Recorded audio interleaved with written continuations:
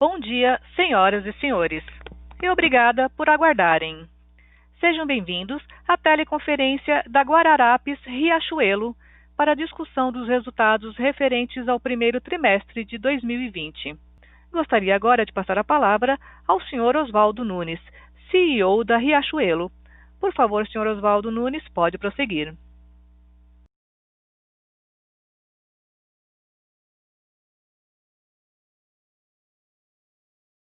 Vou começar aqui falando um pouquinho dos meses que antecederam, né, a eclosão da crise e os seus impactos nos negócios, que são os meses de janeiro e fevereiro de 2020, né, onde os ajustes, né, que a gente vinha fazendo desde junho de 2019, com isso a gente vinha mantendo a melhora crescente em vendas e mesmo as lojas, que girou aí na casa dos 12%, e com uma recuperação de margem bruta importante, de 1,8 pontos percentuais sobre 2019 no trimestre. E ao final da primeira quinzena de março, a nossa projeção de crescimento em mesmo as lojas apontava para algo em torno de 17%, com a boa performance da nossa coleção de outono. Bom, aí veio a crise, né? E na segunda quinzena de março, né, a gente começou a sentir os impactos da crise, a crescente preocupação da população, dos colaboradores e clientes com a pandemia, e começamos a sentir os seus efeitos nas vendas, e que culminou com a decisão, né, de fecharmos todas as nossas fábricas, todas as lojas físicas e promover uma forte redução das atividades no centro de distribuição. E foi a decisão certa a tomar naquele momento. Mas como a gente já vinha observando o cenário, né, e o que estava acontecendo lá fora, na China, na Europa, a gente já estava desenhando um cenário de estresse para enfrentar a crise. E conseguimos rapidamente adotar medidas e principalmente novas diretrizes para redirecionar toda a companhia e poder concentrar esforços para fortalecer a nossa posição de caixa e garantir a nossa saúde financeira. A partir daí, o nosso cenário operacional vigente foi revisto, as prioridades listadas na agenda estratégica também foram revistas para o cenário de crise.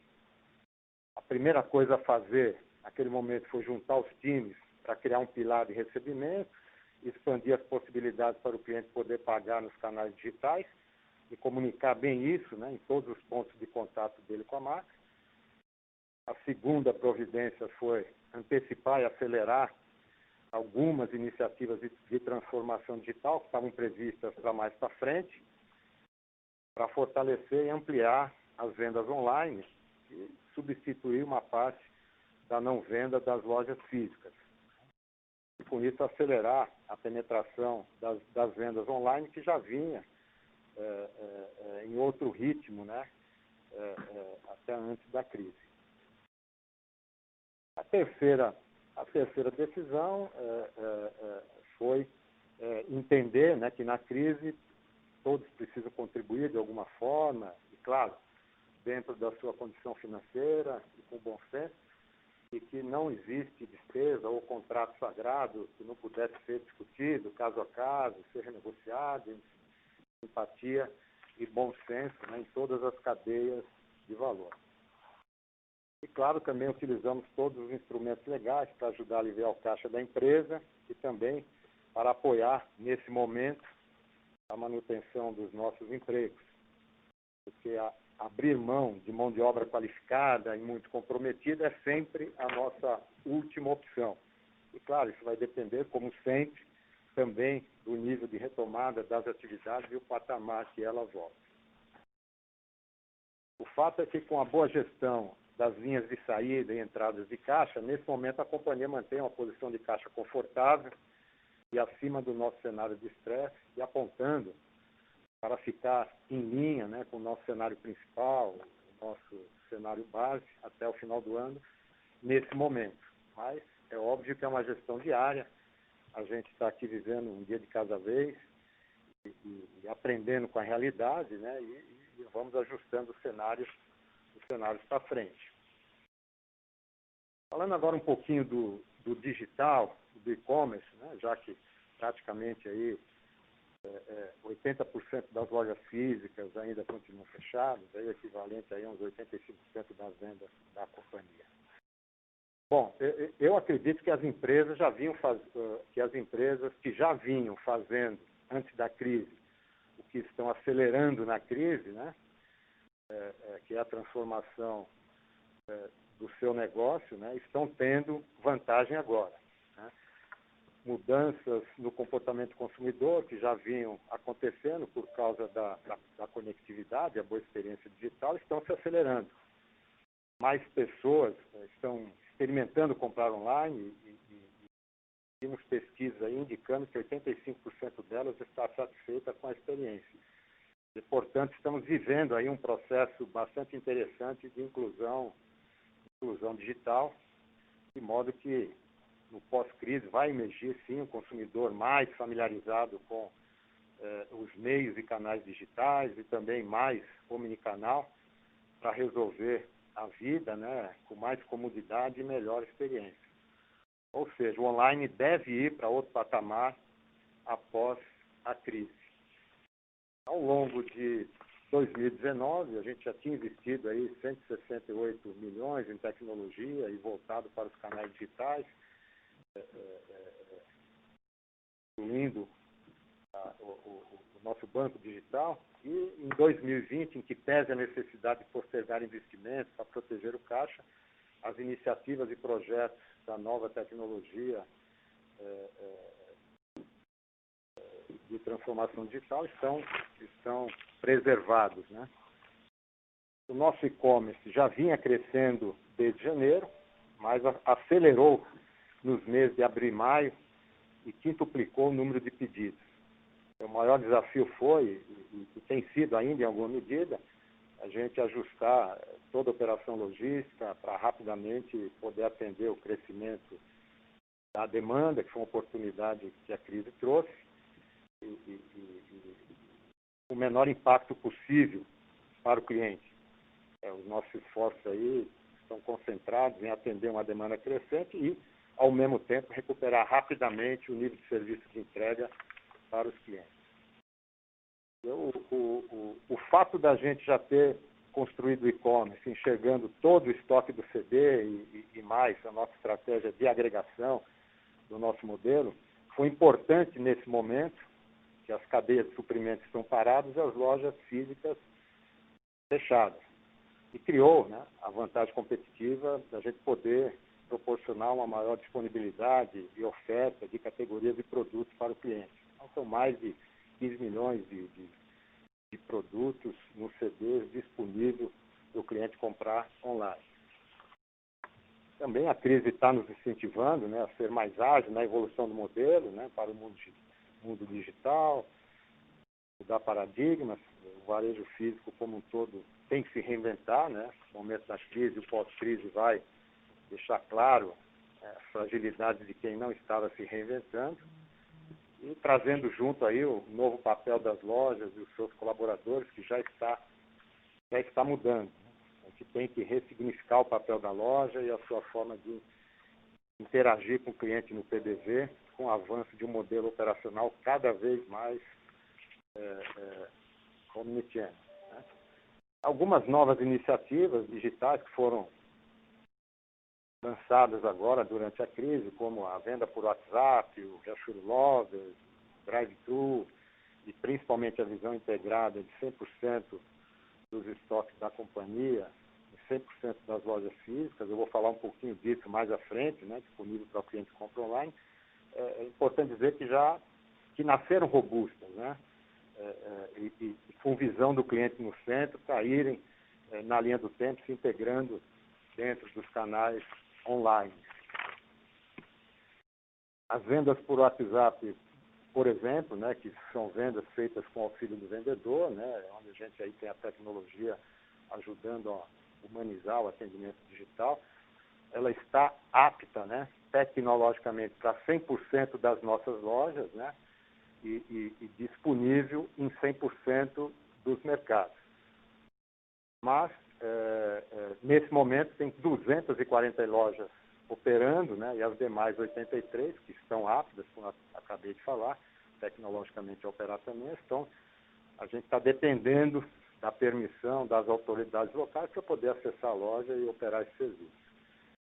E o drive-thru, né, que tem sido algo aí bastante comentado, a gente entende que é uma condição de entrega, né, disponível, né, no nosso caso aqui, está disponível para todas as lojas e onde a gente pode acessar e operar para o cliente retirar as compras online feitas por qualquer canal. Falando um pouquinho aí do nosso Riachuelo Lovers, né, essa versão inicial, ela nasceu como uma campanha, né, para incentivar a venda online com engajamento voluntário dos nossos quase 40 mil colaboradores, né, que podem acessar o nosso catálogo de produtos e montar propostas de valor aderentes aí ao gosto dos potenciais clientes, né, que estão nas suas redes sociais, Facebook, Instagram. É um canal que vem crescendo, né?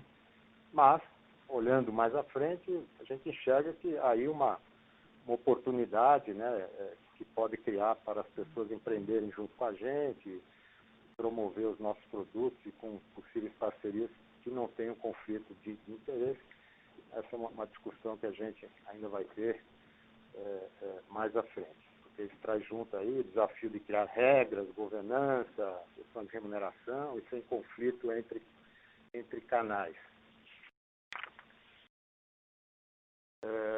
Como eu disse há pouco, né, a gestão omni dos estoques é o que vai permitir o Ship from Store robusto, né? A gente começa a escalar isso a partir de junho, nas lojas, e queremos concluir até o final do ano para 100% das lojas poderem faturar qualquer pedido online, né, e por qualquer canal diretamente para o cliente.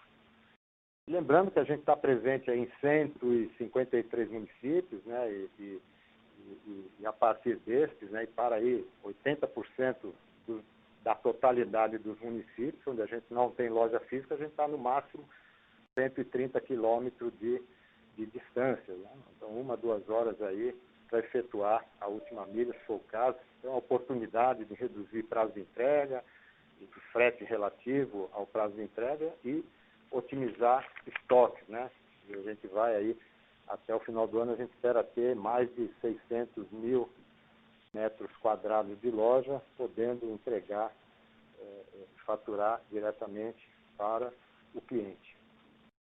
A gestão omnicanal dos estoques é a pedra fundamental aí para um modelo de varejo verdadeiramente omnichannel, onde todo o estoque da companhia está disponível para o cliente, qualquer canal, qualquer hora, qualquer lugar. A loja física passa a ser um hub logístico, né, dentro do modelo omnichannel. Essa é a fase 1 desse projeto, né? Eu falei, que é a extração de 100% dos estoques disponíveis para o cliente. Não existe mais estoque comprado e reservado, cross-docking para qualquer canal, né? A gestão da compra dos estoques passará a ser feita pensando na demanda agregada de todos os canais, digitais e físicos. Então, as referências de abastecimento mudam. Bom, quanto ao marketplace, nosso entendimento aqui óbvio que a gente observa, eles continuam crescendo em todo o mundo. Os maiores e-commerce são marketplace, ou também marketplace.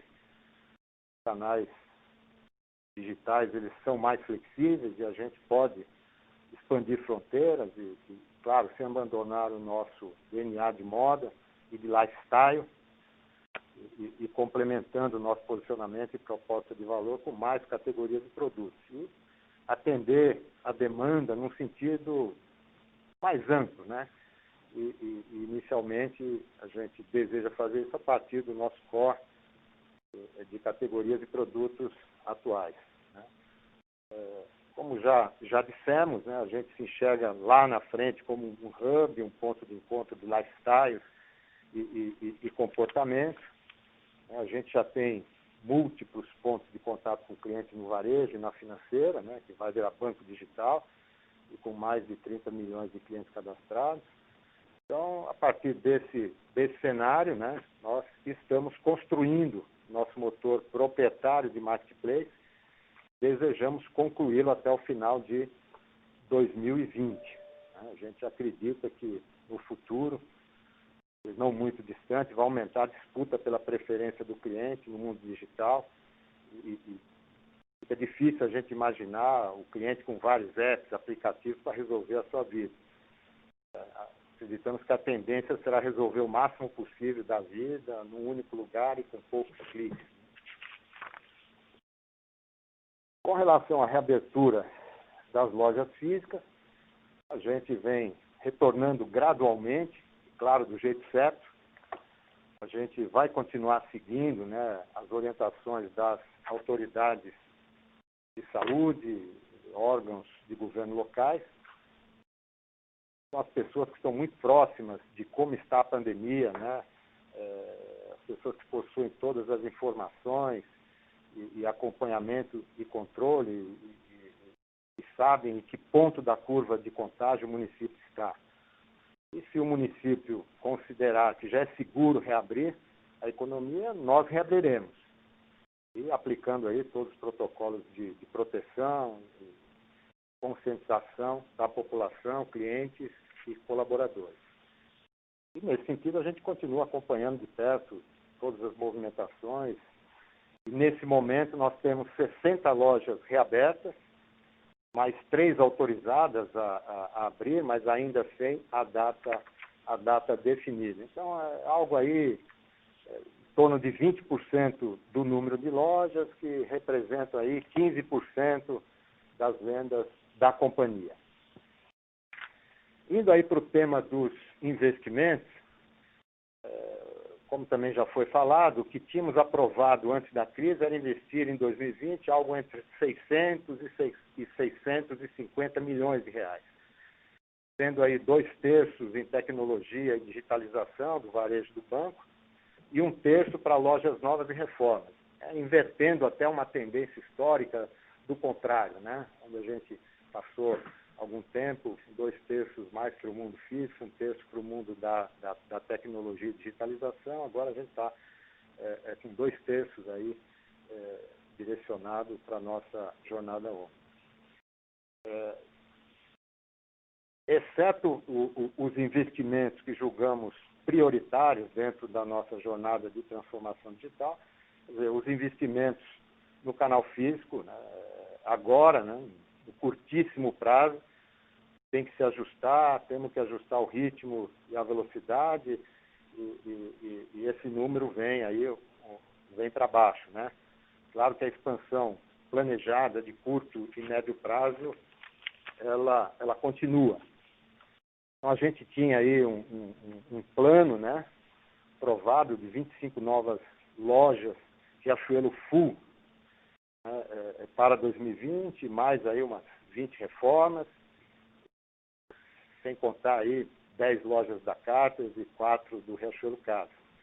Então, agora, nesse momento, o drive para esse tema é de suspensão temporária. Algumas lojas já foram adiadas para 2021 por iniciativa dos shoppings, e as demais a gente pode abrir em 2021 ou antecipar algumas se a gente conseguir, obviamente, encaixar nos nossos cenários operacionais, que ainda tem muita incerteza. Eu acredito, espero, né, que a partir de julho, máximo agosto, e com a economia voltando, né, o novo normal, né, claro, a gente tenha mais clareza sobre o que vamos poder executar do plano de investimento em 2020, exceto, claro, aquilo que diz respeito à transformação digital que segue. O potencial da loja física, ele continua, né, com o cliente cada vez mais multicanal e querendo tudo integrado para melhorar a experiência. E como já disse, até o final do ano a gente vai ter aí mais de 600 mil metros quadrados de loja física faturando e entregando por e-commerce com menores prazos, menor custo de frete relativo e melhor experiência. Para finalizar, né, assim que, quer dizer, o pós-Covid, o mundo pós-Covid, o novo normal, acredito que a gente vai ver um consumidor mais digital, mais exigente com as marcas, que terão que ser mais digitais, com mais propósitos sustentáveis. Isso já vem acontecendo, vai se potencializar após a crise, né, e vai influenciar cada vez mais na decisão do consumidor decidir consumir a marca. Acredito que o consumo de moda vai voltar, e à medida que a economia também voltar a crescer, acho que eu enxergo, né, os sinais nesse sentido lá fora e também aqui no Brasil como sendo positivos. As pessoas não vão querer permanecer trancadas em casa, só comprando online, só pela experiência e conveniência. Claro que o online vai crescer, mas as pessoas vão querer voltar a um novo normal e com todos os cuidados de proteção e segurança contra a Covid-19, vão buscar se recompensar pelo tempo de isolamento social. E, nesse sentido, a moda é inspiração, é comportamento. E companhias como a Riachuelo, que são mais robustas, com mais acesso a crédito e que podem, durante a crise, ir endereçando e executando bem investimentos para seguir avançando na evolução do digital e no relacionamento com o cliente, vão atravessar a crise e vão sair mais fortes dela. Temos que também ver o que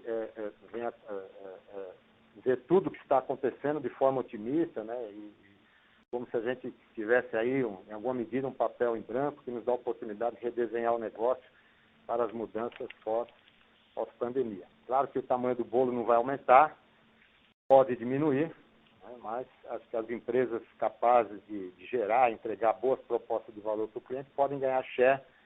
Isso deve acelerar o processo de consolidação, né, de vendas no mercado de varejo de moda.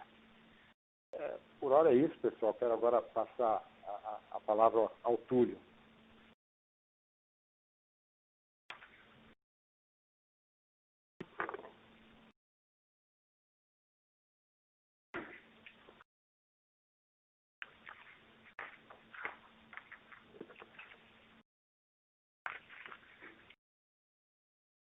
Obrigado, Oswaldo. Bom dia a todos. Antes de passar para o material presente no nosso website, espero que todos estejam bem, com saúde, e que a gente passe por essa situação da melhor maneira possível. Passando aqui para o material, já no slide número 3, vou tentar ser bastante breve aqui nos principais números, para a gente focar nas perguntas. Na hora que a gente olha os números de receita líquida consolidada de mercadorias, a gente observa que esse primeiro trimestre obtivemos um total de 1 bilhão e 9 milhões, uma queda de menos 3,6%, e no critério loja a loja, o número foi uma involução de 5,2%. Né? Acho que um ponto importante de ressaltar aqui é a boa performance que a companhia vinha obtendo ao longo de janeiro e fevereiro, com patamares de loja a loja superiores a 12%. Como resultado aí de tudo que a gente veio fazendo ao longo já do segundo semestre do ano passado, que vocês acompanharam muito bem. No ponto de vista dos grupos, acho que vale a pena o destaque ao grupo O Moda Casa, que é um novo, inclusive vem se transformando aí num novo modelo de negócio. O infantil também com destaque interessante, e óbvio, como não poderia deixar de ser o feminino, liderando aí do ponto de vista de volume e com uma aderência enorme em relação a esses patamares de 2 dígitos muito fortes. Né? Passando agora para o slide de número 4 do material, a gente observa o ticket médio total e a base de cartões Riachuelo ao longo do trimestre. Então, o ticket médio totalizou R$ 134, um crescimento importante aí de 8,5%. Isso mostra aí o cliente disposto a comprar mais itens e também um preço médio maior, também relacionado aí com a boa performance do Moda Casa. E no que diz respeito à base total de cartões Riachuelo, a gente fechou o trimestre com 32,7 milhões de unidades, um crescimento aí de 4,4% em relação ao primeiro trimestre de 2019. No slide número 5, a gente pode observar os números referentes ao desempenho da operação financeira. começando aqui pelo nível de perda e provisionamento. E na parte inferior do slide, nós temos aí a carteira com todos os detalhes, os estoques de provisão para cada uma das faixas, né? Acho que aqui, é claro que é muito importante a gente olhar esse número de final de trimestre, mas também é muito importante a gente discutir como é que a gente enxerga as carteiras por dentro, como é que a gente está vendo aí uma realidade já ao longo de abril e uma projeção aí para os próximos 6 meses, da mesma forma que a gente discute aqui ao longo dos últimos trimestres. Então, o nível de perda do cartão Riachuelo fechou esse trimestre em 7,7%, que a gente pode observar na linha azul, e na linha laranja a gente tem o nível de perda do empréstimo pessoal, que fechou o trimestre em 25,8%.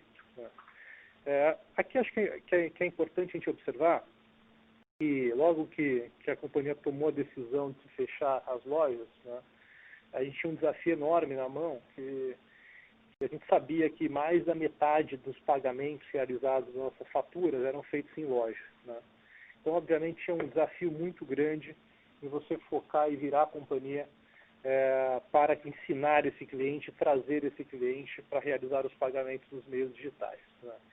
Foi justamente isso que a companhia fez, acho que como o Oswaldo comentou, ainda naquela semana, do dia 15 a 20 de março, ficou muito claro nos testes de estresse que o principal elemento a ser trabalhado era justamente as carteiras. Então, imediatamente a gente virou toda a engrenagem da companhia para esse fator, né? Então, a área de TI, a área de comunicação, o call center, toda a parte de marketing como um todo, enfim, para não só operacionalizar esse movimento, como também acessar e ensinar esse consumidor, que, como eu comentei, metade deles estavam acostumados a realizar o pagamento nas lojas físicas, né? Então, dessa forma, é claro que nos primeiros 10 dias de março teve uma dificuldade operacional importante. A gente viu os números de cota de recebimento ao longo dos 10 dias de março caírem bastante. Só que a boa notícia é que já a partir do final de março e principalmente início de abril, a gente começou num processo de recuperação desses patamares de recebimento de uma forma muito exitosa, né? Então, ao longo de abril, nós cumprimos 100% da meta do recebimento, né? E ainda fechamos a lacuna referente ao recebimento de março, isso no que diz respeito ao cartão, né, que obviamente são os maiores volumes, né? E é claro que no empréstimo pessoal tem um desafio maior, que aqui a gente tem um cliente de maior risco, um cliente muito mais sensível a qualquer movimentação macroeconômica, né? Mas dessa forma, o que a gente está imaginando? Então, esse 7,7 de nível de perda agora em março, a gente está prevendo que esse número chegue ao redor de 8,7 em setembro, e o número de empréstimo pessoal fica em um patamar de 26% até setembro. O movimento de maior intensidade deve ocorrer ao longo do quarto trimestre, né, onde a gente vai ver esse indicador subindo para a casa dos 10% no caso do cartão e na casa dos 30% no caso do empréstimo pessoal ao longo do quarto tri. Obviamente, nós já começamos a fazer todos os adicionais de provisão, justamente aderentes a essas curvas, mas claro que ao longo do segundo trimestre devemos comparar alguma coisa nesse sentido, acompanhando justamente a trajetória da curva que eu comentei com vocês agora. Na parte inferior do slide, a gente pode observar os estoques de provisão para cada uma das faixas, e aqui acho que eu queria só destacar o nível de provisionamento para carteira de até 180 dias, que a gente aumentou para 8,8, e dessa forma a gente fecha o trimestre com 93% de índice de cobertura para os vencidos a mais de 90 dias e 8% acima do mínimo requerido pelo Banco Central. No slide seguinte, de número 6, nós temos o resultado da operação financeira. Os principais destaques aqui, é claro que como as carteiras se dá apropriando as receitas ao longo dos contratos, a gente ainda teve uma receita de venda com juros importante. Então, a parte do top line performando bem, ali na hora de crescendo 17% ano contra ano. O empréstimo pessoal, a gente já vinha num movimento de redução gradual de risco, então os níveis de receitas já reduziram e apareceram já nesse primeiro trimestre caindo 13,8%. Produto financeiro crescendo 12%, cartão bandeira ainda forte, crescendo 25%. E aí, nas linhas de provisionamento, que a gente chama de PDC, né, as perdas, os descontos e as despesas com cobrança, a gente viu um crescimento aí de quase 30%, puxado não só pelo PDD, que a gente comentou agora, mas também pelos descontos das operações de crédito. Então, foi um momento em que a gente também entrou muito em contato com o cliente, pegou esse cliente pela mão, acessou as redes sociais, realizou tutorial e, obviamente, discutiu muito, caso a caso, essa questão dos descontos de renegociação. Tá? Então, dessa forma, o resultado da operação financeira finalizou o trimestre com 67 milhões de reais, uma queda em relação aos 126 registrados no primeiro trimestre de 19. No slide seguinte, de número 7, nós temos o lucro bruto consolidado da companhia, que encerrou o trimestre em 1 bilhão e 35 milhões de reais, muito em linha aí com o número registrado no mesmo período do ano anterior. Aqui o destaque fica realmente para a margem bruta de mercadorias, que fechou o trimestre em 49%, um aumento de 1,8 pontos percentuais em relação ao primeiro TRI de 19, muito reflexo aí pelo bom desempenho do top line, né? Então, a gente viu um same-store sales em janeiro e fevereiro performando muito bem, com uma coleção muito mais ajustada, um nível de estoque e uma sincronia muito afinada.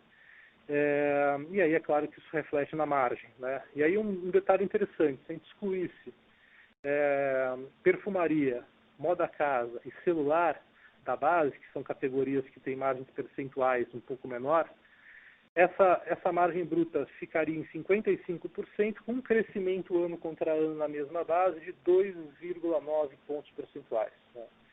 Então, realmente, um desempenho aqui de top line de mercadorias muito forte. No slide seguinte, nós temos as despesas operacionais do grupo, que totalizaram 752 milhões nesse primeiro trimestre, um crescimento de 7,5% quando comparado aos 700 milhões registrados no primeiro TRI de 19. Aqui, neste slide e nos demais, eu vou centralizar a minha análise sempre no gráfico à direita do slide, onde a gente traz os números de resultado, sem os efeitos do IFRS 16. Aqui, em relação às despesas, o Oswaldo também foi bem claro, né? Claro que, a partir de agora, a partir do momento que ficou claro a necessidade de se fechar as lojas e a intensificação da crise, a companhia tomou uma série de medidas aí, que a gente fez questão de deixar muito claro no nosso press release, com o intuito de preservação de caixa. E é claro que todas as principais linhas de despesas foram abordadas. Mas é claro que aqui no número do primeiro trimestre ainda era um número recorrente do que vinha ocorrendo em situações normais. Né?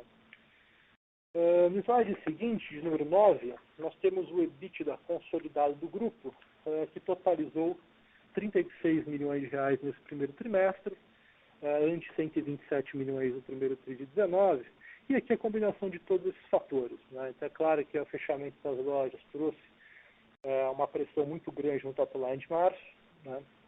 Como o patamar de despesa ainda estava no nível corrente, você tem esse efeito fechando bastante a rentabilidade do EBITDA de mercadorias, e na ponta da operação financeira, essencialmente uma pressão proveniente do aumento de nível de provisão, aumento no nível de descontos, né, concedidos. Então é claro que tem essa pressão de rentabilidade proveniente dessas duas pontas no consolidado do grupo. No slide seguinte, de número 10, nós temos os números do lucro ou prejuízo líquido consolidado. A companhia fechou o trimestre com prejuízo de 41,6 milhões, ante 32 milhões de lucro registrados no primeiro TRI de 19. E aqui, essencialmente, rigorosamente os mesmos motivos, os principais motivos que eu acabei de comentar em relação ao EBITDA. Né?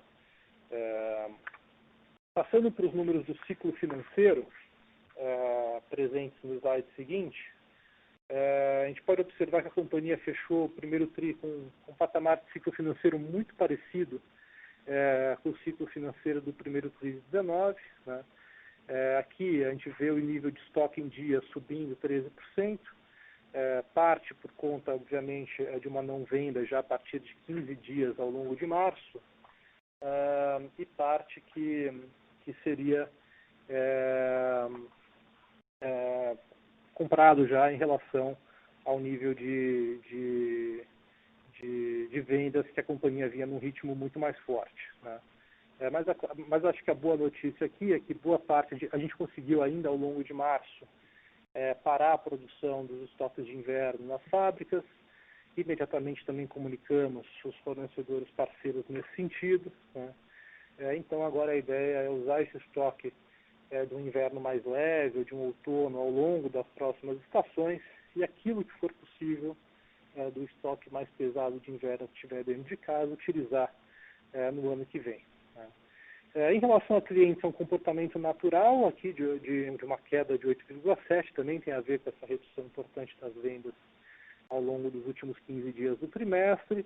E o fornecedor é uma tendência que já vinha ocorrendo, a gente vem trabalhando aí prazo de fornecedor, vocês viram isso ao longo dos últimos trimestres, que é uma manutenção dessa melhora operacional que vem sendo trabalhada na ponta dos fornecedores. Aqui é o destaque positivo nesse sentido, crescendo 25%.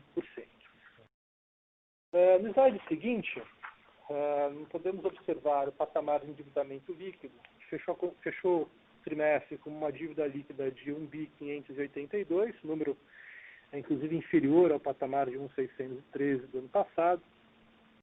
A relação direta com o EBITDA, claro que tem a ver também com essa pressão de EBITDA ocasionada e apresentada neste último trimestre. Mas aqui acho que é mais importante a gente deixar claro que a companhia entrou neste momento mais delicado da crise com um patamar bastante saudável de caixa, né? Imediatamente, quando a gente fez os cenários de estresse, a gente teve o cuidado de acionar as linhas de crédito e aumentar de forma significativa essa posição de caixa. Então, fizemos captações adicionais na ordem de R$1 bilhão, como a gente informou no Fato Relevante. Desses R$1 bilhão, R$200 milhões entraram já neste primeiro trimestre, e os outros 800 milhões ao longo do mês de abril, né? Então, dessa forma, a companhia tem um patamar de caixa aí muito saudável para passar por esse momento mais agudo da crise e principalmente para também fazer a virada do exercício com muita qualidade de liquidez. No slide seguinte, nós temos os números referentes ao CAPEX do grupo, né? O CAPEX totalizou aí 85,9 milhões, claro que a maior parte aqui é na Riachuelo, né? Mas acho que o principal destaque aqui é uma tendência que tanto na Riachuelo quanto na Midway, o foco cada vez mais na parte de tecnologia, como o Oswaldo também bem destacou, e a tendência que ao longo deste ano é preservar os investimentos nesta pista de tecnologia e na pista da engrenagem core do negócio. Seriam esses os nossos comentários iniciais e a partir de agora, todos nós aqui na mesa, eu, Oswaldo, o Newton e o Marcelo, estamos à disposição para responder as perguntas. Muito obrigado. Senhoras e senhores, iniciaremos agora a sessão de perguntas e respostas. Caso haja alguma pergunta, por favor digitem *1. Se a sua pergunta for respondida, você pode sair da fila digitando *2. As perguntas serão atendidas na ordem em que são recebidas. Solicitamos a gentileza de tirarem o fone do gancho ao efetuarem a pergunta.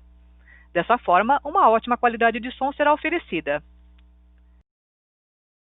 Nossa primeira pergunta vem de Helena Vilares, do Itaú. Oi, pessoal, bom dia. Obrigada por pegar minha pergunta.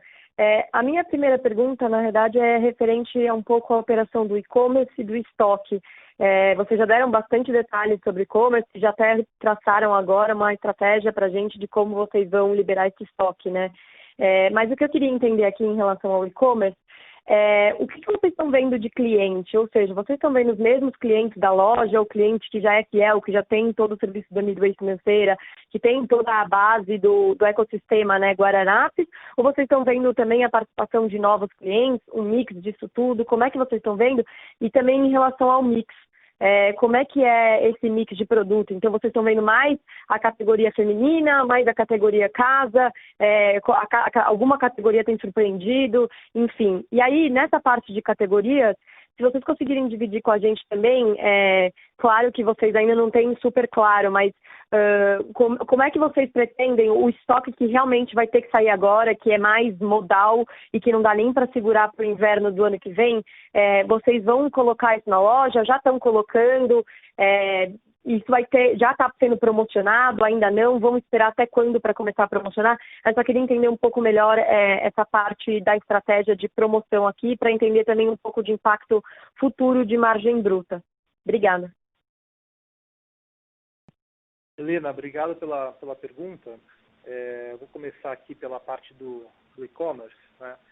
Realmente, eu acho que a companhia tem vivido aí uma completa transformação nos volumes envolvidos no seu e-commerce. Acho que a gente tem visto esse movimento aí na grande parte, na maior parte dos varejistas, né?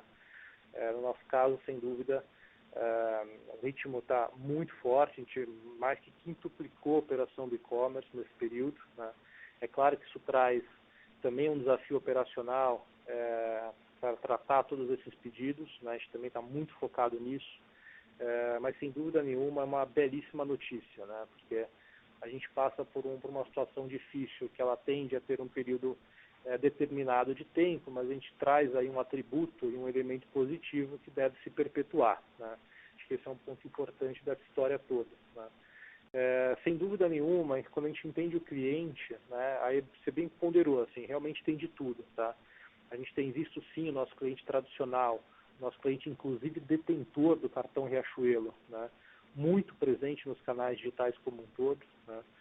E aí, como a gente colocou, né, a gente abriu uma série de frentes envolvendo o e-commerce como plataforma, né? O Oswaldo acabou de citar aqui o Riachuelo Lovers, onde todos os colaboradores da companhia se tornam aí promotores de venda da marca. E esse cliente, claro, que a gente também, com toda essa presença nas mídias sociais, a gente acabou conquistando muitos clientes novos, né? Acho que uma estratégia que a gente acertou logo no início foi a questão de patrocinar as lives de diversos cantores, né? A maior parte sertanejos, mas diversos cantores como um todo, e a gente teve um retorno excelente dessa iniciativa, né? Tivemos aí uma penetração de novos clientes, de perfis inclusive diferentes, que foi muito saudável para a marca e que estão tendo uma experiência muito bacana, né? Em relação ao mix de produto, sem dúvida nenhuma, né? É claro que existe sim uma transformação no perfil de compra e na performance por mix, né? A gente tem visto aí um destaque positivo para o Moda Casa como um todo. O Moda Casa já era um business em um segmento que, independente da chegada da crise, a gente já vinha trabalhando de uma forma totalmente diferenciada, investindo muito no redesenho do mix, né? Trazendo uma curadoria muito bacana. Realmente a coleção está muito bonita, né? E vinha performando já num ritmo muito forte, né? A partir do momento que as pessoas passaram a ficar mais em casa, passaram a valorizar mais o ambiente da casa, né? É um processo natural que realmente que uniu realmente os dois fatores, né? Algo que realmente naturalmente já vinha sendo trabalhado e trazendo uma performance diferenciada junto com esse momento em que as pessoas estão mais em casa. Então, realmente, os números de Moda Casa são, assim, muito, muito fortes, né? E é claro que toda aquela moda é mais relacionada a conforto também, né? As pessoas buscam nesse momento estarem confortáveis, porém com uma roupa bacana, uma roupa bonita dentro de casa, né? Então eu acho que são esses dois principais destaques também que é de se esperar em momentos como esse, né? Em relação ao patamar de estoques, eu vou passar aqui a palavra para o Oswaldo, que ele vai tratar sobre esse tema. Só um minutinho, por favor. Helena, bom, só acrescentando aí o que a gente já falou, o Túlio acho que já deu aí a indicação, né, de que os nossos patamares de estoque tinham como premissa, né, a boa performance de vendas da companhia como um todo, e principalmente no loja a loja, ao longo do primeiro TRI. Mas o que a gente vai fazer, a gente vai pular a coleção do terceiro TRI, né? Porque a gente está postergando, diferindo, né, a validade dessa coleção, né, que pode ser vendida até o final, ou seja, de setembro, né? E lembrando que parte da demanda também será postergada. Quer dizer, a gente tem uma parte importante da venda no Nordeste e no Norte, onde você tem, claro, a coleção é guiada pelos temas, as inspirações da estação de outono e inverno, mas são peças leves e lá a gente não tem queda de temperatura. E aqui no sul, sudeste, a gente experimenta temperaturas mais baixas até o final, ou seja, de setembro. E lembrando que se você difere, posterga a demanda, né, você também posterga a validade da coleção e a sua perecibilidade, né? Então, a nossa próxima coleção, ela será a coleção de final de ano, que vai ser produzida majoritariamente no Brasil e na Guararapes, né, onde a gente pode, né, e à luz das curvas de demanda, né, e mais perto do momento da venda, decidir a compra e a produção, né? Então, nesse momento, né, agora, né, com mais incerteza, né, quanto às curvas de demanda, a flexibilidade e você poder reagir rápido ficou mais importante, né? Você poder decidir mais próximo da venda, quando você tem menos incerteza com relação à demanda das principais categorias, né? A gente decide melhor o que produzir e mais em linha com o desejo do cliente e a venda que provavelmente vai acontecer, né? Lembrando que a gente tem aí os nossos times de criação e desenvolvimento da moda trabalhando nas fábricas em Natal e Fortaleza, né? Então, ali você pode de fato produzir matérias-primas importantes para o final do ano, como malha, rapidamente, né? Enfim, tem um grande consumo no verão e você poder produzir essa malha numa composição mais adequada, atingir os volumes também por cor mais adequados e a vantagem de poder cortar e costurar muito rapidamente, né? E a gente tem um fluxo de produção lá de 5 dias, né? E claro que para urgências e categorias importantes podemos reduzir até para 2 dias, né? Então 5 dias, 6 dias depois essa mercadoria já está sendo embarcada para as lojas do Nordeste e do Norte, mais 3, 4 dias de trânsito até São Paulo está sendo distribuída para as lojas aqui do Sul, Sudeste, né? E quando a gente olha por dentro do estoque que temos, ele é saudável e gerenciado, né? E como o Túlio falou, peças mais pesadas de inverno, elas têm baixo conteúdo de moda e dada a nossa condição de agregação no CD, a parte que lá está, né, uma parte que lá está, pode sim ser guardada para 2021 e, óbvio, com todos os cuidados de higiene e armazenamento desses produtos. Então, a gente está bastante confortável com relação a esse tema, né? Claro que há uma tendência de uma atividade mais promocional durante o período, mas isso deverá acontecer no mercado como um todo e obviamente, a depender de quando as lojas físicas começam a voltar, né? A gente, no nosso caso aqui, 80% ou 85% da companhia ainda não voltou. Tem aí algumas boas notícias para acontecer nos próximos dias em mercados importantes, né? E aí é que a gente vai pilotando aí os níveis de estoque, o que é mais parecido à luz dessas curvas. Mas acho que algum nível de atividade promocional um pouco acima do que seria o normal deverá acontecer para o mercado como um todo.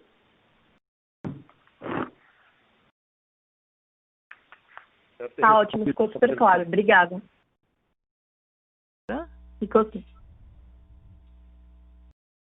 A próxima pergunta é de Richard Cathcart, do Bradesco. Oi, bom dia, pessoal. Eu tenho duas perguntas aqui. A primeira, o Túlio, você, nos seus comentários, você mencionou que o recebimento em relação aos cartões em abril foi, eu acho que você falou 100% da meta. Eu só queria entender isso um pouco mais. Essa meta você já estava incorporando um nível de recebimento abaixo por conta da situação, ou isso seria 100% do normal? Só uma clarificação aí. E a segunda pergunta é sobre as despesas no segundo TRI. Se você puder falar um pouquinho sobre as despesas, principalmente de aluguel e funcionários. Eu sei que vocês estão aproveitando os MPs, então, se você consegue dar um pouco mais de informação de quanto que você acha que vocês vão conseguir reduzir a base de SG&A no segundo TRI, seria ótimo. Obrigado. Obrigado pela pergunta, Richard. Bom, em relação ao recebimento, acho que realmente é um ponto importante e acho que agora eu consigo contextualizar de uma forma mais ampla, né? Inicialmente, quando a gente fez lá, ainda na semana do dia 15 de março, né, quando a gente fez os cenários de estresse e estava avaliando ali a possibilidade de fechar as lojas, né, ficou muito claro ali que uma vez que as lojas estivessem fechadas, né, a principal variável a ser defendida seria toda a carteira de recebimentos, né, pelos volumes envolvidos, obviamente, né. E como eu comentei, acho que a companhia foi bastante rápida, né, em mobilizar toda a frente que, obviamente, está preparada para fazer venda, né. Imediatamente a gente virou tudo isso por recebimento, né. Então a gente fizemos diversas ações no universo digital, como eu comentei, mas além disso a gente também reforçou a parceria com correspondentes bancários, né? Então fizemos uma parceria com o Carrefour, depois com o Pão de Açúcar, algumas farmácias, justamente para dar a opção completa do cliente realizar o pagamento das faturas, né? Criamos diversos tutoriais nas mídias sociais, todas as interações, né? O cliente perguntava muito, em qualquer post que a gente fazia no Facebook ou no Instagram, o cliente entrava e perguntava sobre fatura, a gente fez questão de interagir com todos esses clientes de forma individual, né? A gente virou uma célula completa do call center só para isso, né? E aí conseguimos aí esse movimento que eu comentei, né? Ainda no mês de março foi mais difícil, né? A gente realmente teve o cliente enfrentou ali algum nível de dificuldade operacional, porque como eu comentei, metade deles estavam acostumados a fazer o pagamento das suas receitas, das suas faturas nas lojas, mas ao longo de abril, isso, como a gente conseguiu começar a virar esse jogo, e nós recebemos inclusive essa onda de não recebimento de março, né? Em relação à meta, é claro que ela compõe, né, e tinha inicialmente a cota de recebimento prevista aqueles níveis de perdas iniciais, ou seja, perto de 25% para o empréstimo e perto de 7% para o cartão, né? Mas é claro que quando a gente fez e rodou as cotas, a gente colocou algum nível de inadimplência adicional. Então, como eu comentei, na parte do cartão, a gente está trabalhando com nível de perda para daqui a 6 meses, que é justamente essa onda, né? Sair do patamar de 7 e ir para o patamar de 8,8 e do empréstimo pessoal ir para um patamar de 26 e depois no final do ano a gente vai ver esse nível de perda chegando a 10% no cartão e a 30% no empréstimo. Então esses são os números que a gente consegue hoje projetar, enxergando o deslocamento das faixas dentro da carteira existente, ou seja, a gente não pode esquecer também que já tinham clientes em atraso e como é que essa turma se comportou, e a carteira totalmente jovem e mais nova, que a gente teve uma performance realmente excelente ao longo de abril, né? Então, acho que um ponto importante, Richard, que também deixa claro aí o patamar de entradas de recursos, né, é que, trazendo aí, obviamente, porque a gente entende esse momento basicamente em duas fases, né? Você tem essa fase inicial, que é a combinação de dois fatores, né? Uma boa parte dos clientes começa a ter, ou já tem, uma perda significativa dos seus rendimentos, né? E, junto com isso, teve um desafio operacional, que é aquele cliente que não sabia utilizar as redes sociais, que estava acostumado a pagar em uma determinada loja, e essa loja passou a estar fechada, né? E provavelmente nós vamos ter um segundo momento em que essa parte operacional provavelmente já vai estar sanada, né? Ou completamente sanada, e, porém, a segunda variável, que é a questão econômica, ainda vai estar presente, né? E pode ser que esteja ainda até com maior intensidade, né? Então, por isso que agora o cuidado é todo na questão da concessão de crédito, buscando uma qualidade de concessão muito afinada, e como a gente colocou aqui no release, mudando completamente os volumes, né? Então, inicialmente, a gente parou as operações de empréstimo pessoal neste momento. No primeiro momento também paramos a emissão de novos cartões, suspendemos o aumento dos limites, para retomar essas operações gradualmente junto com a retomada das lojas. Então, o primeiro movimento vai ser o movimento do PL, depois, em seguida, o movimento do cartão bandeira, para depois, gradualmente e, obviamente, fazendo todas as análises vis-à-vis a situação econômica e de renda desses clientes, gradualmente retomando também a questão do empréstimo, né? Então, acho que um ponto importante dessa história toda é que, no mês de abril, a gente conseguiu transformar essa carteira de recebível em caixa, né? Então, para vocês terem uma ideia, que é um ponto importantíssimo, nós estamos hoje aí na reta final aí no mês de maio, né? E neste período, até agora do segundo trimestre, a companhia não teve queima de caixa, né? O que é um número, é um fator bastante aí importante nesse processo de crise, né? Porque a gente conseguiu fazer com que essas carteiras de crédito performassem, ou seja, performassem em níveis de gerar caixa, conseguimos preservar todo um nível muito importante de saída de caixa, que tem a ver com a sua segunda pergunta, e o delta disso realmente foi uma preservação completa do nível de caixa, né? Então, já fazendo o link com a sua segunda pergunta, que é a parte das despesas, né? Obviamente, na hora que a gente olhou aquele cenário de estresse, teve essencialmente dois universos, né? O universo dos ganhos, que era importante preservar o recebimento, eu comentei aqui com vocês, né? E tinha o universo de saída de caixa. Saída de caixa, essencialmente você tem a parte do CAPEX, a parte dos fornecedores e a parte das principais despesas, né? Então, nas principais despesas, o primeiro ponto foi toda a questão de gente, né? Então, num primeiro momento, a decisão foi, e era um instrumento que tínhamos em mãos, né? Foi, uma vez que fecharíamos as fábricas, uma vez que fechamos as lojas, uma boa parte da operação do CD, a gente colocou esses funcionários em férias coletivas, né? Depois, com a chegada da medida provisória, nós aplicamos a suspensão do contrato de trabalho para os funcionários das operações que estavam fechadas, né? E no nosso escritório aplicamos a redução de jornada de trabalho para a grande maioria, né? Preservando apenas aquelas áreas que estavam realmente na linha de frente, trabalhando em todas essas alavancas de preservação de caixa, né?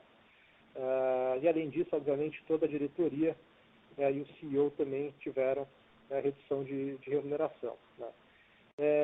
Então, no que diz respeito a gente, essa combinação, num primeiro momento das férias coletivas e num segundo momento com a implementação dos elementos da medida provisória, sem dúvida nenhuma tem um efeito aí de preservação de caixa importante.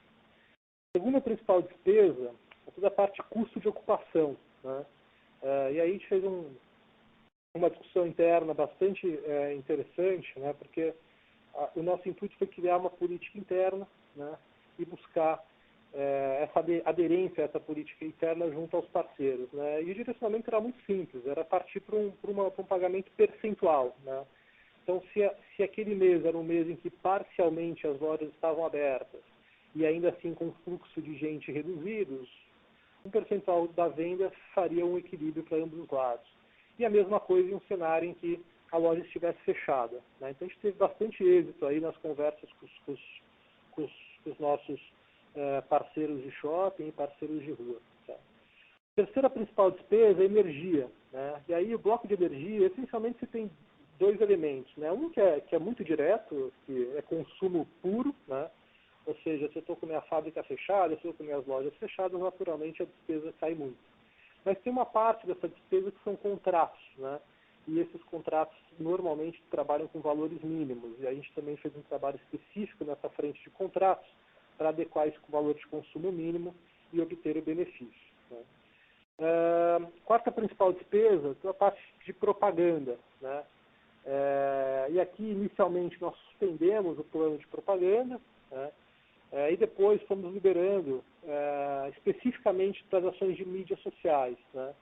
Então, tudo isso que a gente comentou agora dos recebimentos, toda a frente que a gente comentou de patrocínio nas lives, né? Ou seja, a ideia era investir um volume muito menor do que aquele inicialmente planejado, mas com retorno em mídias sociais bastante forte, né? E por fim tem a parte do CAPEX, né? Então o CAPEX a gente tomou a decisão de inicialmente também suspender todos os investimentos em ativo fixo e depois também ficou claro e evidente que as pistas de tecnologia precisariam ser mantidas, né? Tinha uma transformação enorme acontecendo que foi toda acelerada, né?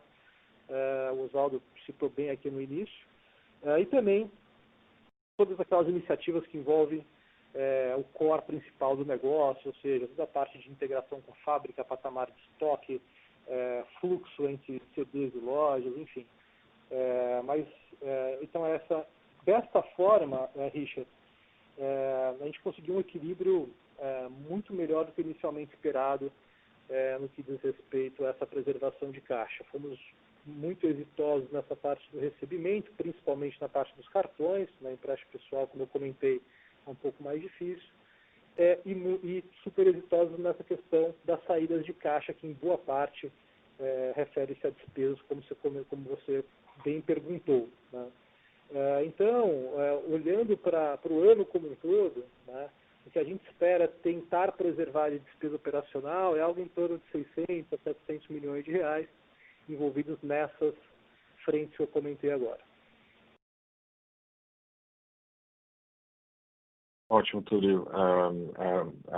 Entendi tudo. Tá bom, muito obrigado. A próxima pergunta é de Wagner Salaverry, da Quantitas. Olá, bom dia a todos. Eu só queria entender um pouquinho melhor uma situação nessa questão da inadimplência, Túlio.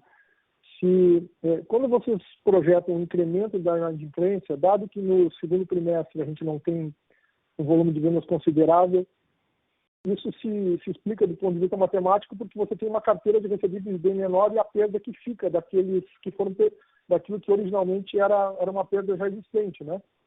Vamos dizer assim, o numerador é o mesmo e o denominador, que é a base total da carteira, fica menor. Por isso que esses indicadores sobem, ou vocês acham que isso ainda esse número é já por uma piora geral da expectativa de crédito mais para frente? Oi, Wagner.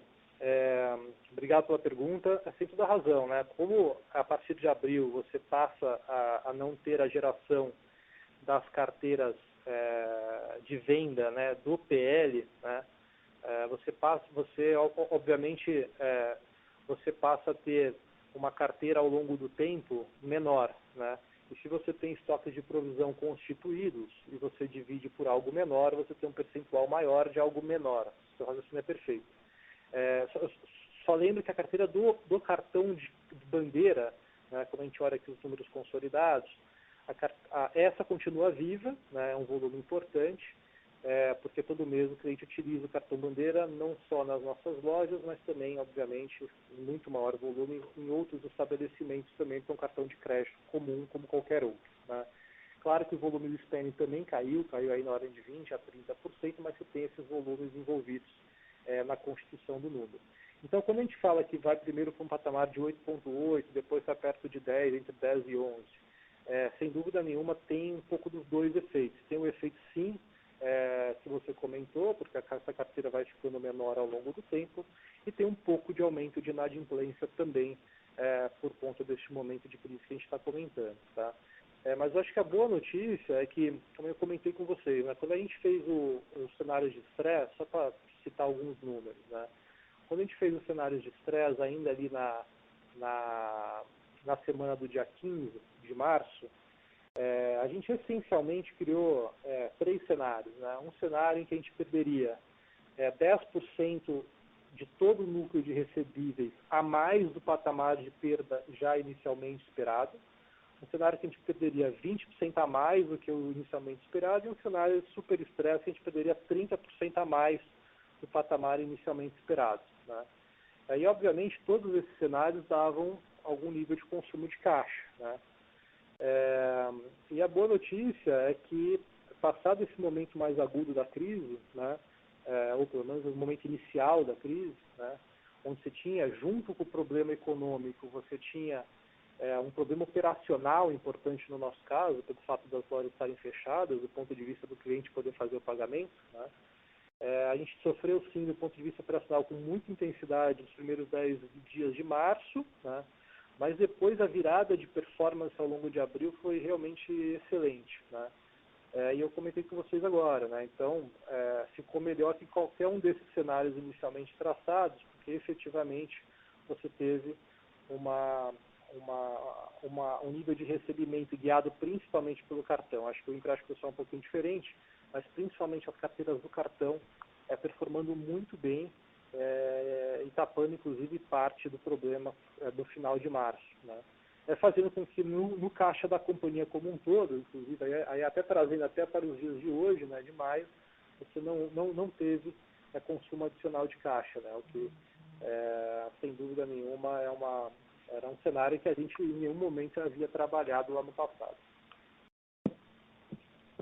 Só uma segunda pergunta, Túlio, para entender assim um pouco, vocês falaram que o e-commerce cresceu 5 vezes nesse período. Vocês conseguem nos dar uma ideia assim do que seria hoje uma representatividade disso? O que foi em abril, o que foi em maio e até também das lojas que já estão abrindo, né? O Oswaldo mencionou que os números estavam interessantes e tal. Como é o que a gente pode imaginar? Uma loja que reabriu já, ela está vendendo quanto do que seria esperado se nós não tivéssemos não tivéssemos tido problema da pandemia? Esse seu ponto é muito interessante, Wagner, porque ele faz muita diferença nos modelos que a gente faz aqui de retomada, né? Você tem 2 variáveis acontecendo, né? Por um lado, acho que o processo de reabertura de lojas deve aí se prolongar um pouco mais, né? O Oswaldo comentou, a gente está hoje com praticamente 20% das lojas abertas, né? 2 meses após o fechamento de todas as lojas. Né? Mas, por outro lado, acho que a boa notícia é que, na hora que a gente olha para essas 20% de lojas abertas, né, e olha o patamar de vendas em relação ao número de 2019, é um número muito bom. Né? A gente tem visto, no acumulado de todo o período, um patamar perto de 75% da venda de 2019, mas, se você pegar os dados mais recentes, né, por exemplo, a última semana agora de maio, né, e sempre comparado pelo mesmo período do ano passado, né, tirando qualquer efeito de sazonalidade, né, você tem patamares muito próximos de 100% em relação à venda de 2019. Né. Então, é um número bastante animador. Aí, nos nossos modelos, a gente trabalhava com um ramp-up mais lento, né, dessa retomada. Claro que ainda tem muita incerteza no ar, né? A gente precisa ver também toda a derivada macroeconômica disso tudo, não só no varejo, mas também no crédito. Né? Mas, sem dúvida nenhuma, é um ritmo de retomada melhor do que inicialmente a gente esperava, né? Para as lojas que conseguiram ser reabertas. Né? E em relação ao e-commerce, né? Acho que você bem comentou, acho que teve, eu citei aqui rapidamente, o Oswaldo também, diversas iniciativas, né? Inclusive envolvendo também nessas operações que a gente passou a trabalhar com o WhatsApp ou com os Riachuelo Lovers, que a gente chama. Mas o crescimento, como eu comentei, é muito forte. Infelizmente, a gente não vai abrir ainda o número do e-commerce, é uma operação que ainda está num ramp-up muito forte. Né? Em algum momento a gente deve abrir esse número, até porque no segundo trimestre vai ficar quase que evidente, né? Mas na hora certa a gente abre com bastante detalhe. Mas, sem dúvida nenhuma, era algo que era, obviamente, ainda muito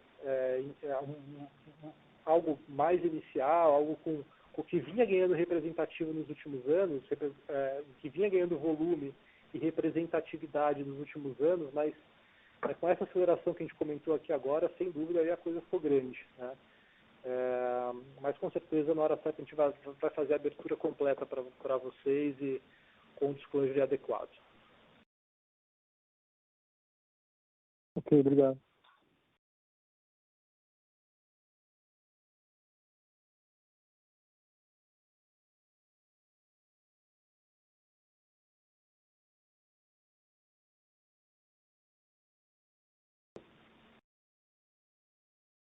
A sessão de perguntas e respostas está encerrada. Gostaria de passar a palavra ao Sr. Túlio Queiroz, CFO, para as considerações finais. Queria mais uma vez agradecer a participação de todos e dizer que todo o time aqui está disponível para perguntas através dos nossos contatos da área de relações com investidores.